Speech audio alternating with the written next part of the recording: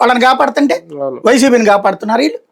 ఎందుకు కాపాడాలి అయితే కాపాడాలి కాబట్టి అది వీళ్ళు చెప్తున్న రాంగ్ స్టెప్. వైసీపీది అని ఇప్పుడు ఆరోపిస్తే ఇప్పుడు ఉద్యమం చేయడం ఇప్పుడు తప్పు కదా. ఇక అయితే మూడో పాయింట్ ఇక్కడ వచ్చేటప్పటికి చిన్న ఇప్పుడు వీళ్ళే చెప్పారు 3,000 రూపాయలు 4,000 ఉంటుంది కేజీ నెయ్యి అని. ఇప్పుడు ఎంత కొంటున్నారు వీళ్ళు? 350 కొంటున్నారు, 450 కొంటున్నారు ఇవాళ కొంటున్నది. మరి 3,000 కొంటలేదే.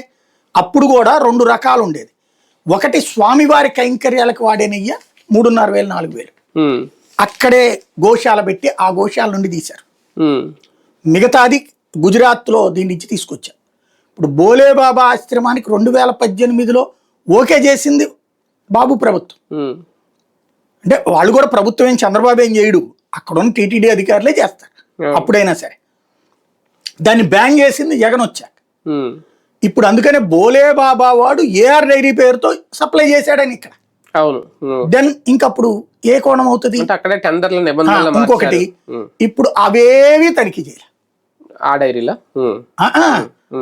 ఆ 5 ఏళ్ల లడ్డూలకి శాంపిల్స్ ఎవడున్నాయి ఇప్పుడు ఎక్కడ దొరుకుతాయి? మరి ఇప్పుడు దొరికింది ఎప్పుడు? వీళ్ళు వచ్చాక పట్టుకున్నది. దాంట్లో కూడా వీళ్ళు చెప్పింది పచ్చి మోసం 2024 జూన్లో. అది కూడా నిజంగా దాంట్లో ఉన్న వీళ్ళదే తప్పు అవుతుంది అంతే. కానీ అది కూడా తప్పుడు నివేదిక, వీళ్ళు తప్పుడు మాటలు మాట్లాడారు. ఇప్పుడు అందులో పాయింట్ ఏంటి?